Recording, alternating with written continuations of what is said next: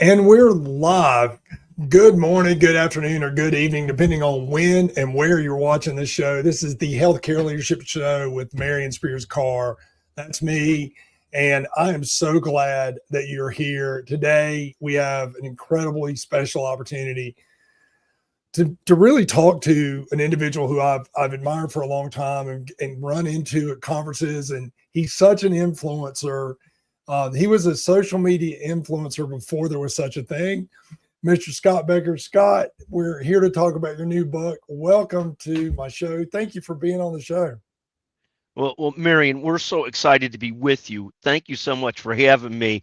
You are always a ray of sunshine and positivity. So for me, it is a great pleasure to visit with you. And any chance I get to, I love doing so. So thank you for having me. Thank you so much. You're welcome, Scott. And if you're watching live, we had a lot of people accept the invitation to this show. Please let us know in the comments. We want to know you're watching, and if you have questions for Scott, please post them in the comments. We're talking today, though, specifically. Scott is an author, and for those of you who don't know who Scott is, I can't believe you wouldn't.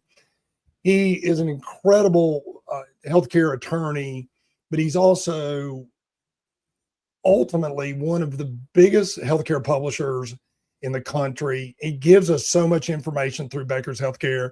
But Scott's got a new book that's coming out, and it is called Building Great Businesses, Create Momentum, Overcome Setbacks, and Scale with Confidence. And he gave me an opportunity to read it ahead of time. Later at the end of the show, I'll give you an opportunity to click on a QR code and pre-order the book, and I recommend it. Got people checking in already. But Scott, introduce yourself maybe to some of the audience that might not know exactly who you are, and then let's talk about this book because I'm incredibly stoked about it. Well, no, thank you so much. So, my background, Scott Becker, I've straddled two core careers over the course of my professional life. I was started off as a lawyer and started off at one firm, but then really spent the last 30 years at a firm called McGuire Woods. I led the healthcare department there for a very long time. I served on the board of directors, great colleagues, great teams at McGuire Woods, large law firm with a large healthcare practice. When I was first getting started in law, in a long time ago now, 30 years ago, and I don't want to date myself by saying how old I was then, but I'm much older now. I started trying to build a healthcare legal practice. In building a healthcare legal practice, today you would call it building thought leadership.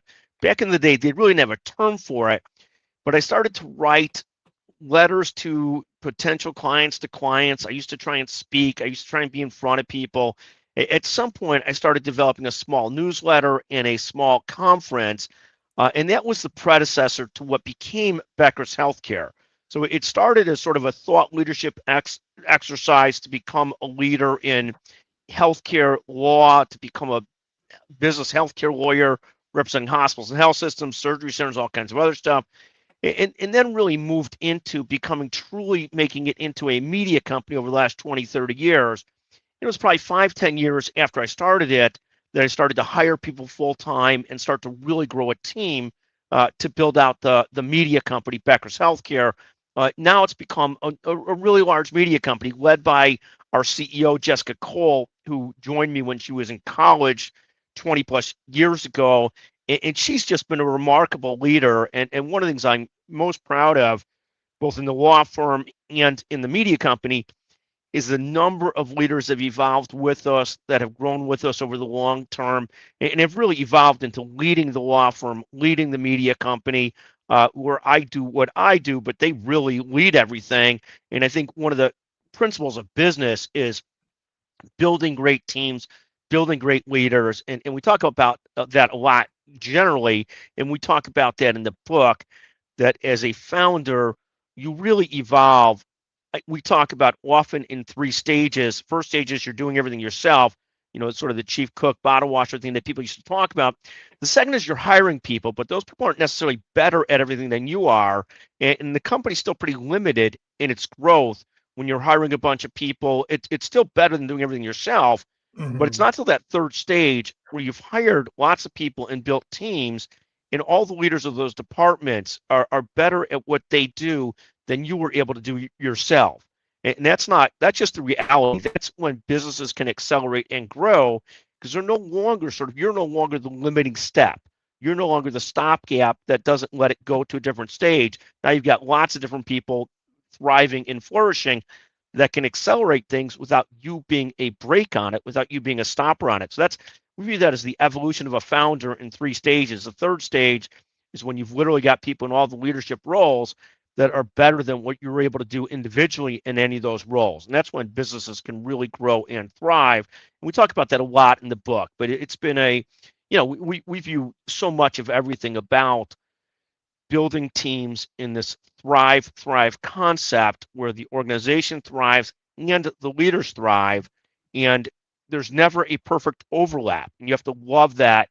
You have to love your leaders, even though they're never going to do exactly what you want, exactly how you want them to do it, but they are thriving, doing fantastic work. The company's doing great work, and we view it as they have to thrive, you have to thrive, and the more that it's like that, thrive side by side versus top down, the better and the longer you could build things that become really significant or really impactful. So that's sort of our perspective on that. But yes, I've spent my career straddling practice of law, still involved with the law firm, a great place, and then Mhm. Becker's Healthcare, and then I do some other things as well. But those have been the two core focuses. And you hit on that a lot in the book. But let me stop for a minute. Like a lot of people are watching live. Kelly Johnson's checking in from Georgia. Doug Luckett checking in from South Carolina. Um, Zlatka Rankin is checking in. Thank you. Watching from Atlanta as well. Doug Gregory, I know he's checking in from Atlanta. And one of my colleagues over at Aegis Health Services, Martin's checking in. Jason, Patrick Allen. There's a whole bunch. Please let us know in the comments. We want to know who's watching the show. And that's what this whole theme of my show is to share people in my network with my network. Scott, let's just jump in and talk about the book. You in the pre-show, I told you there were three things I loved about the book the most. And the first one was you and I read a lot. Matter of fact, at the end of your book, you wrote an appendage of like 20 books that you would recommend. And I was super excited the fact that I'd read most of them, almost the whole list. And then you pointed out that that's kind of generational to mine and your generation, our generation. But one of the things I loved about your book so much is you get right to the point. Like Jessica, and by the way, there's a chapter you mentioned Jessica. We're going to talk about her in a few minutes, but it did the foreword, which was fantastic and really told her story as part of this. And was glad and how she connected with you. And you talk about that further when you talk about people.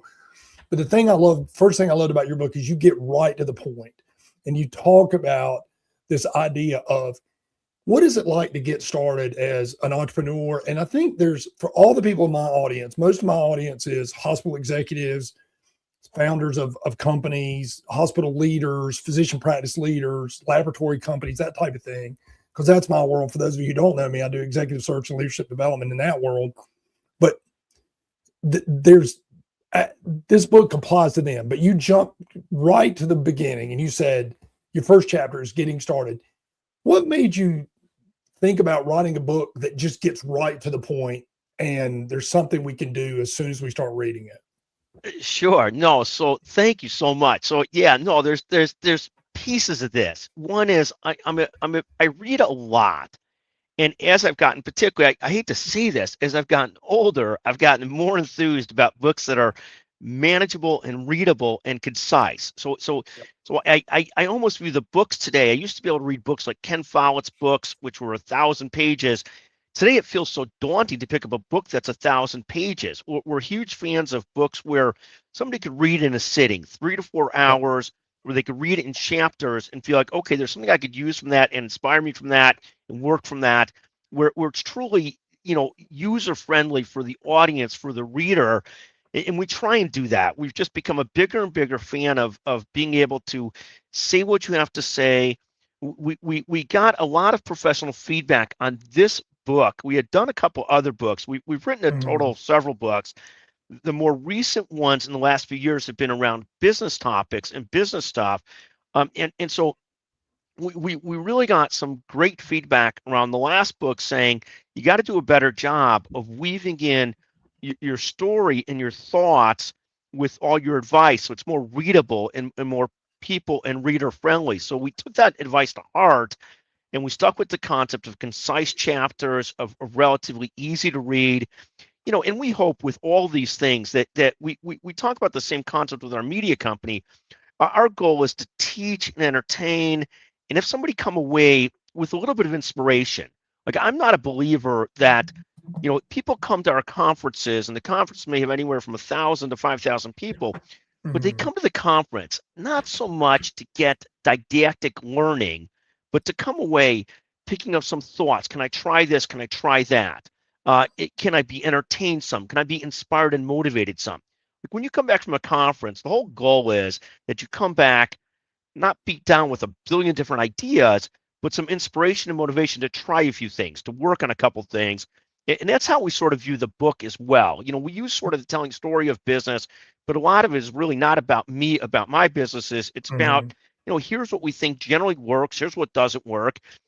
We follow so much of today's landscape where you've got people talking about being a solopreneur or doing this or doing that. And my experience is not that. My experience is that nothing works great without me putting the time and energy into building teams and great teams of people. Um, I've got a lot of different experiences, and they've worked for me. Some of the other things that people talk about so often on social media, Mhm. like, oh, you got to burn all the boats. You have to be all in. You have to go broke and just build your business. Not me. I grew up Yeah. poor. I don't need to be poor again. And I don't mean Me that. too. I don't mean that negatively, but I Yeah. straddled both careers for 30 years because I was too scared to not do both, and I enjoy both, quite frankly. But I you hear all this different advice, and we try and have a very common sense perspective. It's worked for me.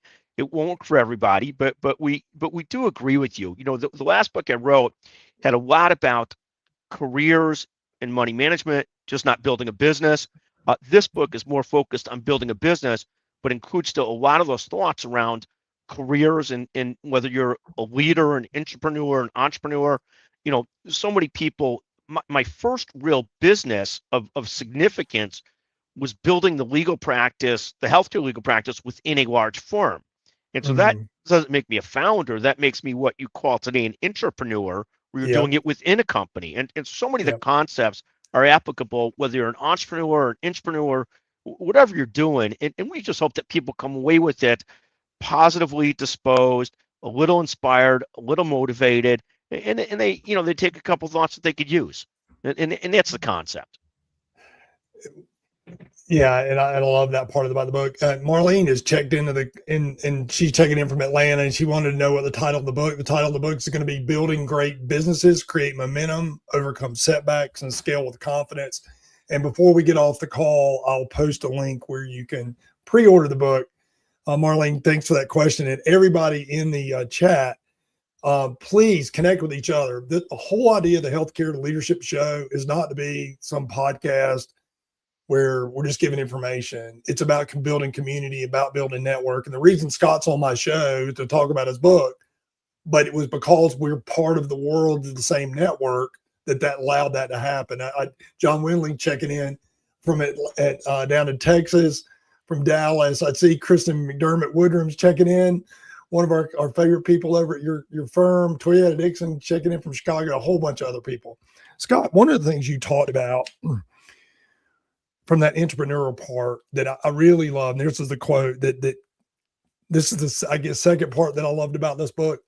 You were talking about you chose to be a rainmaker in your practice when you started rather than working off of other attorneys' work. And you were young in your career at that time, and how there were naysayers typically that often come into our world that say, no, you can't do that, or you shouldn't be doing that, or they have some negative thought. And this quote, I love this, and I'd love for you to talk about it a minute.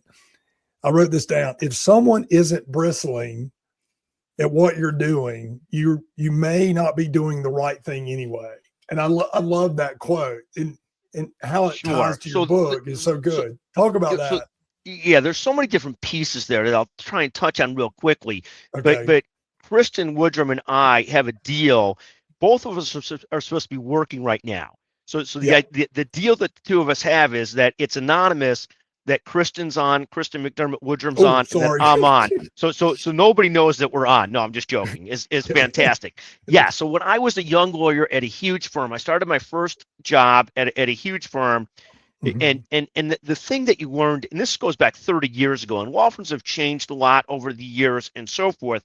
But back in the day, if you didn't have your own client base, you were treated just like a dog. And so there were Mhm. lawyers that were 20 years older than me that were brilliant lawyers. And if they didn't control or have their own clients, have their own business, it could be Friday afternoon, and some other partner that controlled business would tell them, you have to get on a plane and go here today. You have to go there. You got to go see John Wendling in Dallas. You got to go see, whoever it is. Yep. And it was just it was a brutal way to live because you just had no control of your life. So I Yep. was a big believer when I got serious about practicing law in my late 20s that if I was going to do it, I had to build a practice. Now, I didn't want to ever treat anybody like those people were treated, but I Mhm. wanted to make sure I wasn't that vulnerable. And so I was very intent on building a client base and building a practice base. I did so in the healthcare area, specifically originally around surgery centers, then hospitals and health systems and the healthcare companies and more. But it really started in that area. And there's this concept about there's two other concepts you mentioned there, the naysayers and bristling.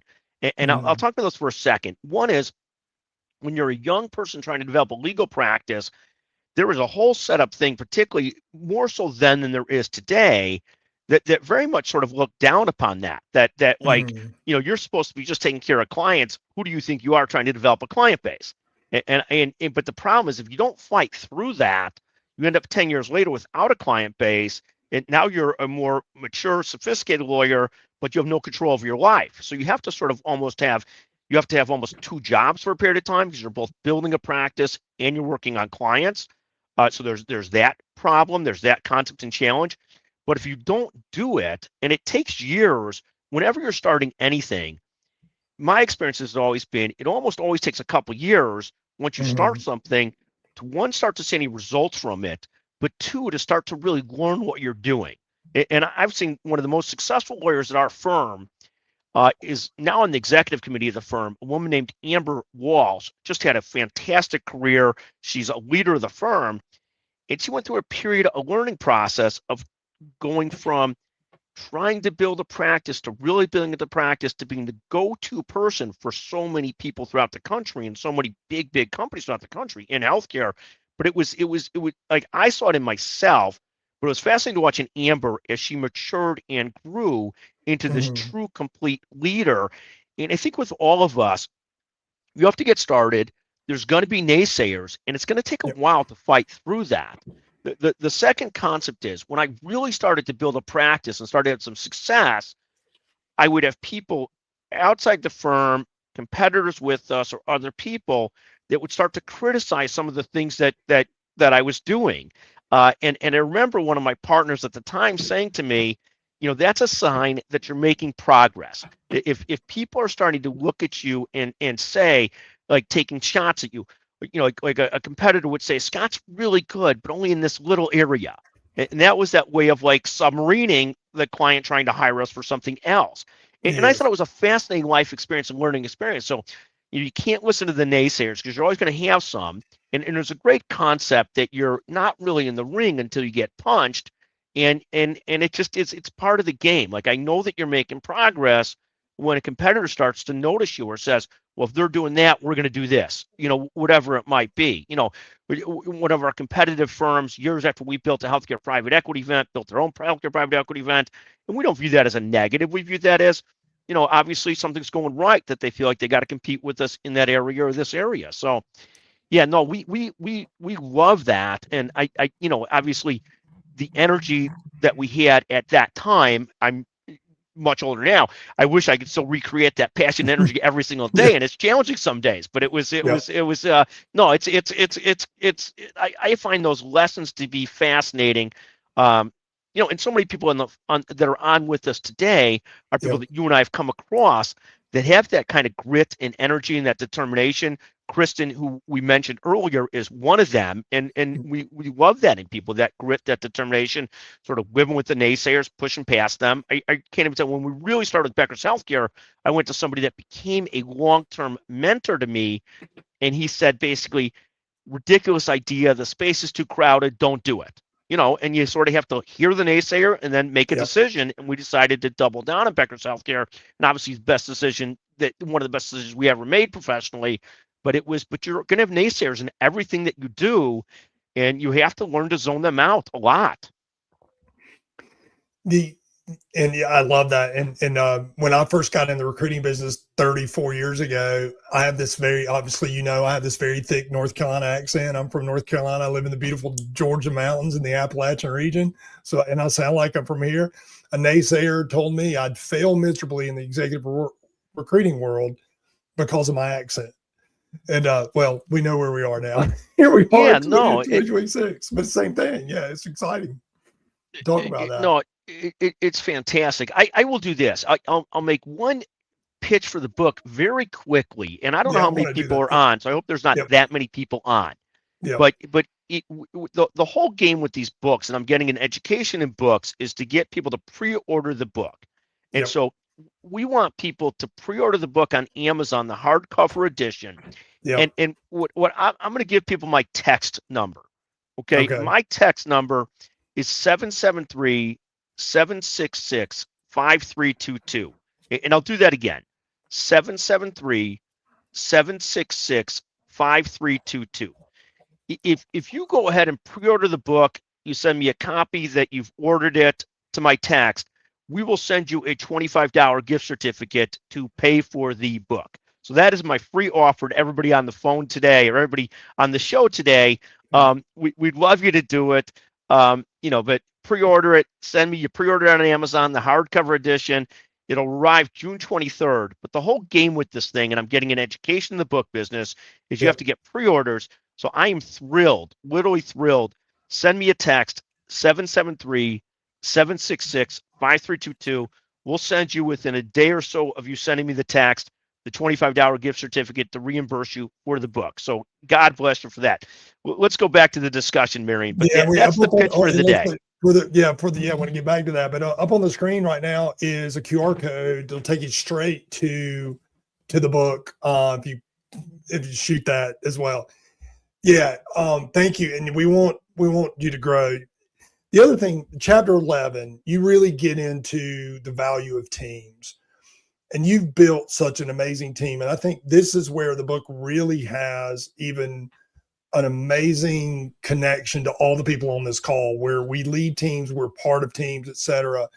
And you really go deep on this idea of around why having the right people around you. And I know a lot of people have written about that, but that chapter really stood out. Could you talk about that part of the book briefly and share why that's so important to your success, both in the attorney world, in your legal world, but also with Becker's? Yeah, no, we think that it's everything. We think that at the end of the day, you look at all these iconoclastic entrepreneurs, the truth of all these people, whether it's Mark Cuban, Steve Jobs, Elon Musk, I mean, some of them have crazy energy, of course, but nobody does it alone. And obviously, we're in the D- category compared to those folks, but nobody does it alone. They all do it with teams. And I look at Bill Gates and I look at Steve Jobs, and what we say about leadership is leaders have to be judged in three different ways. One, they got to be judged based on the results. There's no way around that. You have to produce results if you're a leader. Second, they have to be judged on how many other leaders they develop. So when I look at myself as proud in developing other leaders, really is a misnomer.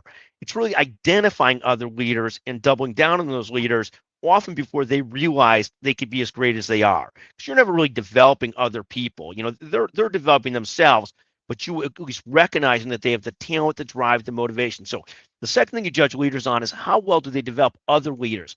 The third thing, and I'll take this back to the Steve Jobs and Bill Gates thing. You judge organizations on how well do they thrive when that leader has left the CEO seat. Steve Jobs, obviously, due to a very sad death, pancreatic cancer. Bill Gates, due to retirement. But what you really look at, and you look at those two folks, and you say they're magnificent, not only for their creativity, their drive, the results they delivered, but because those organizations are doing better now that they're gone than they did when they were there. And when you've really built a deep team, a great culture, a great company, like Microsoft did, like Apple did, you've got this situation now. Uh, Tim Cook runs Apple. It's continued to thrive. It's a $4 trillion market cap company. Uh, Mhm. Microsoft, Satya Nadella has done amazingly well there. I mean, they've just knocked it out of the park. And the real tribute to those leaders is the results they had there, the additional leaders they developed, and that the companies have thrived when they're gone. I just think in business, everything's about building teams. We have a concept in the book that we name after one of our core associates from 100 years ago who left me early on in my career. And the concept is that like you can't you need multiple people stacked around core things to build great things. And so the learning was you can't be reliant on one customer, you can't rely on one person. There's this constant evolution, and the goal is to be conjunctive, not and or. It's not like we got rid of that one person, we brought another great person. It's we kept that great person, brought another great person. We kept that great client and brought in another great client. It's a constant conjunction game, not pitting people against each other, but growing people. And we view it in teams that way too. The worst you could have is highly talented, highly motivated people that don't have a role for their leadership because they'll find another place to go. They'll disenfranchise themselves if you don't find a spot for them and so forth to lead and to grow. And so it's a constant effort. But we think everything is about building teams, taking care of customers, taking care of making sure you're really serving a product market fit. We got a handful of core ideas that aren't new ideas. We just try and we've had our own perspective and lens on them, and sometimes we hope that they resonate with people. We've got in the chat, we've got Doug has ordered the book. I know Tammy's going to be ordering the book, and a lot of chat going back and forth and about that. And we're supporting you. And the reason we're supporting you, Scott, is not only because it's going to be a great book, and I loved reading it, but the other reason is as gratitude for Becker's Hospital Review, Becker's Healthcare. It is our go-to on information. I read it every morning and have for years. You know, it started out as an email, et cetera. And so thank you. And thank you to your whole team for that. We only have a few more minutes, and I know there's going to be some questions, and we're probably not going to get to Q&A. But so, Scott, you're going to have to come back on my show. I'm just going to go ahead and tell you, I'm going to lock you in. We'll do a Q&A when the book comes out to keep pushing it. But one of the other things you talked about that resonated with me was the third thing that really resonated with me was this idea of, and I love this quote, whatever your own motivation is. In other words, what are you going after? That motivation better be deep. And it hit me when I was reading that because I've had a lot of different entrepreneurial ideas. Inflow Executives is mine and my wife's new iteration we started 2 years ago. That's a culmination of 34 years of me doing a whole bunch of different things. And like, how can we put it into one? And we're all in, we're fully deep into it. Talk about why that is, even as healthcare leaders, building their skills, being good at what they do, they need to really lock in on that. I Well, think that's a I think lesson that that everybody needs to learn. yeah, no, I think that's right, and I think all of us, anybody who's with us, whether you're 20 or 60 or 70 or 80, almost all of us have had various successes in our careers and businesses, and various challenges and failures in our careers and businesses. And in what I have found throughout my career is periodically you really get taken by something that you're working on, that you really get excited about it, and that passion and drive can flow through to a lot of things when that passion drive is really going. And when it's really going, it's very easy because you could categorize life and simplify life. Life is about that and family and nothing else. You know, there was a long period of time where there wasn't golf, there wasn't guys' nights out, there wasn't any of those things. It was family and business, and that's it. But I was really compelled by the two things, by the children and the business. And when you have that, you have to really double down on and triple down on it. I think the harder time for so many of us is when we're not as passionate and driven about something specifically at a different time. And that is going to happen too throughout professional careers. is recultivating that passion and taking care of oneself, your physical, your mental health, and trying to refine that passion and testing and challenging and so forth. And I think for me, that's the harder part is when you go through those periods of time where that passion and clarity is not as clear. And I think this is one of the great challenges in professional life over a long period of time. Like the Warren Buffett example, where he did this till he's 99 with a tremendous temperament, tremendous investor, tremendous management is an amazing thing to me. Most of us are more manic than that, where we're unbelievably driven for 10 years at this, and then we're taking a break or doing something different. I think it's a constant evolution. But what I've found in myself is when I'm really locked in on something, I can be really, really effective. When I really build teams, I can be really, really effective. When I try and do it without that, or I try and do it with shortcuts, it doesn't really, it can't go very far. So I do think the passion, the drive, the teams, really taking care of markets, really taking care of customers, really important. And when you're too distracted or doing too many things and not as focused, and you don't bring that drive, that overwhelming drive and commitment to it, it's really hard to do. So I tell leaders all the I think time that go ahead. no, I wish I could be that focused in my golf game and that locked in and be successful at that. I see all these guys that become 5-7 handicaps, and I just can't seem to do it because I can't get myself back there to keep on working on it in a smart, intelligent way. And I might lack the athleticism too, but it's a combination of things. But I do find, the passion to build teams, the passion to drive and really take care of customers, really try and do what you're doing really well. It takes a lot of energy. I don't think there's a way around that. At least there's not for me. I mean, I see people that are so smart that they can just deploy people. I've never been able to do that. To me, it's really building and understanding, and I have to be deeply in something to really understand it, to really be effective. I think it's a fascinating thing. It's exciting, and I told you we were going to run out of time, and so we're up against the time. But one thing I always say to people is, leaders, when they're looking to grow or looking to grow their team, is help people understand what they do better than most and focus on that and make impact. And I think your book really talks about that same thing, is you were really good at being an attorney, but you became really good at scaling your business through information, through building teams. There's so much impact in the book. Scott, thank you for being on the show. I'm going to put the QR code back up. If you're watching the show live or watching the replay, click that, hit that QR code, and grab a pre-order of the book. Thank you all for being on the show and in the comments live. And for those of you who watch the replay, also comment, let us know why that you're here. This is the Healthcare Leadership Show with me, Marion Spears Karr. Next week's episode, we're going to be talking with CJ McCall with Aegis Health Services about the work they're doing, the incredible work they're doing with PGX and helping clinicians across the country improve how they care for patients with multiple drug therapies. So catch us at 12:30 next week. Scott, any last comments? Thank you so much for being on the show, Scott. I truly am honored to have you here. Marion, you are always a ray of sunshine. One of those people that just radiates positivity and encouragement, and people like that are so hard to find and so important in one's life. So we appreciate you so much. I'll make one more pitch. Please pre-order the book. If you pre-order the book, I'll be happy to reimburse you for it. It's $22 on Amazon, 773-766-5322. Send me a picture you bought the book or just buy the book, but I'm happy to send you a gift card for it. Love you all. Thank you so much for joining Marion Spears Karr show. Marion, thank you so much for having me. It's always just great to visit with you.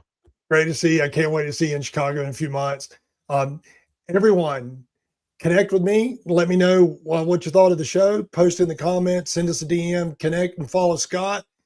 And we'll talk to you soon. See you next week at 12:30. Have a great day. And we'll be off the air now.